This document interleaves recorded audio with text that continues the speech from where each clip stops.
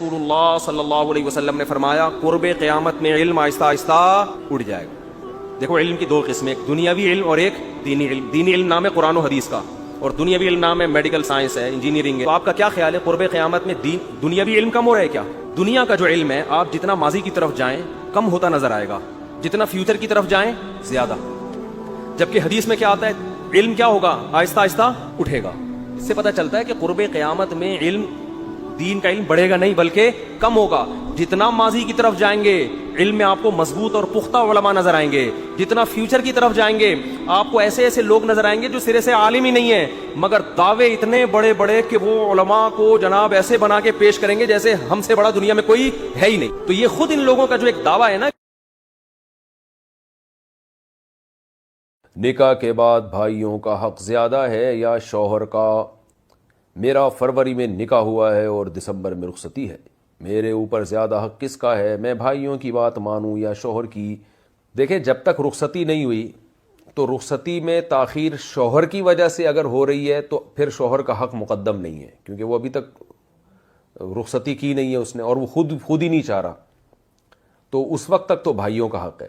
لیکن اگر رخصتی ہو چکی ہے، شوہر تو کہہ رہے رخصتی کرو، عورت لڑکی والے کہہ رہے ہیں ابھی ہم نہیں کر رہے، تو حکمن گویا رخصتی ہو چکی ہے اس معاملے میں کہ بھئی شوہر تو حقوق ادا کرنے کے لیے، نان نفقے کے لیے تیار ہو گیا، آ جاؤ بھئی رخصتی کرو، میں نان نفقہ دے رہا ہوں، تو پھر شوہر کا حق مقدم ہے۔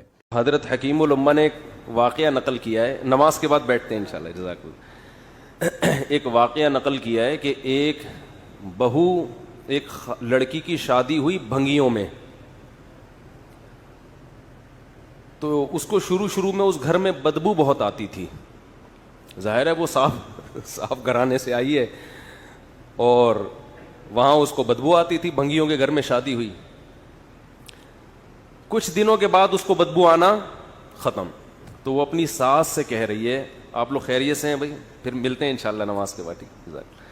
تو اپنی ساس سے کہنے لگی کہ دیکھ میرے آنے سے تیرے گھر میں کیسی برکت ہوئی ہے، میرے آنے سے یہاں بدبو ہی ختم ہو گئی۔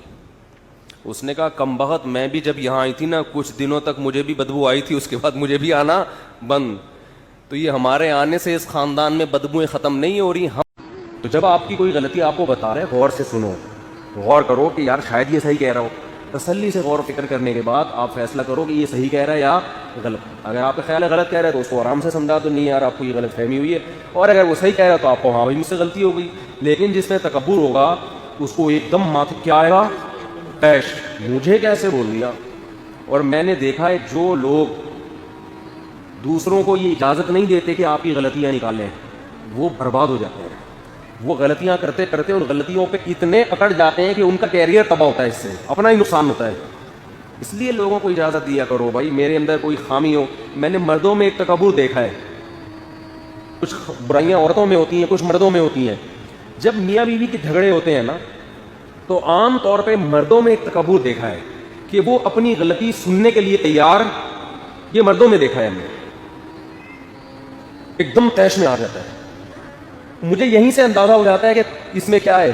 تکبر۔ او بھائی تو سن تو لے، ہم تو ان کو الزام تھوڑی لگا رہے ہیں۔ غصہ کیوں آ رہا ہے آپ کو ایک دم سے؟ ایک دم اپنی بیوی کو آنکھیں دکھانے لگے، اس نے میرے اوپر یہ الزام لگایا۔ ماں ناراض ہوتی ہے، کبھی بات چیت چھوڑ دے تو پھر ایسا رونا آیا کبھی؟